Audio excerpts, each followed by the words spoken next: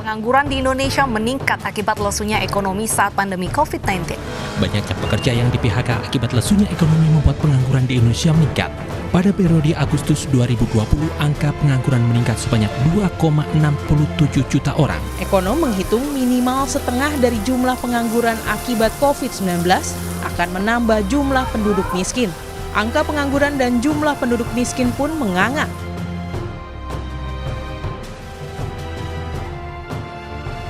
Pengangguran adalah suatu keadaan di mana seseorang yang termasuk dalam angkatan kerja ingin memperoleh pekerjaan akan tetapi belum mendapatkannya. Sukirno 1994.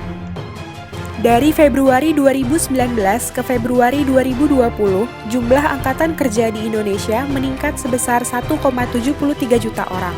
Tingkat partisipasi angkatan kerja menurun sebesar 0,15% dan jumlah pengangguran bertambah sebanyak 60.000 orang. Berdasarkan data bahwa TPT Sekolah Menengah Kejuruan SMK masih yang paling tinggi di antara tingkat pendidikan lain, itu sebesar 8,49%. Pengangguran dibagi menjadi dua. Yang pertama, pengangguran friksional. Pengangguran ini terjadi karena adanya sebuah kesulitan dalam mempertemukan pencari kerja dengan lowongan pekerjaan, dan juga diperlukan waktu untuk mencocokkan antara pekerja dan pekerjaan. Kemudian yang kedua ada pengangguran struktural, yang terjadi ketika para tenaga kerja tidak dapat mengikuti keterampilan yang diminta karena adanya perubahan struktur ekonomi. Pandemi COVID-19 mengguncang dunia tak terkecuali Indonesia. Lebih dari 1,7 juta orang terdampak COVID-19. Sebanyak 380.000 orang diantaranya mengalami pemutusan hubungan kerja (PHK) dari sektor formal. Sementara 318.000 orang lainnya terdampak dari sektor informal.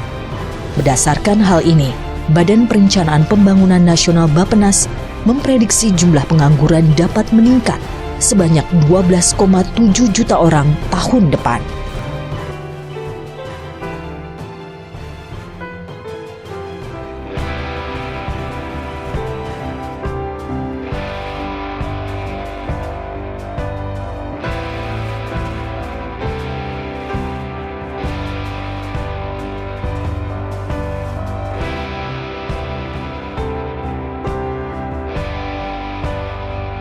Pemerintah melakukan berbagai upaya dalam menangani melonjaknya tingkat pengangguran di Indonesia, yaitu menangani kesehatan, mengurangi tingkat pertumbuhan kasus positif COVID-19, kemudian memberikan bantuan sosial melalui kartu prakerja untuk karyawan yang terkena PHK dan juga lulusan SMA, SMK, dan perguruan tinggi, kemudian stimulus ekonomi yang berfokus pada sektor UMKM dan juga informal.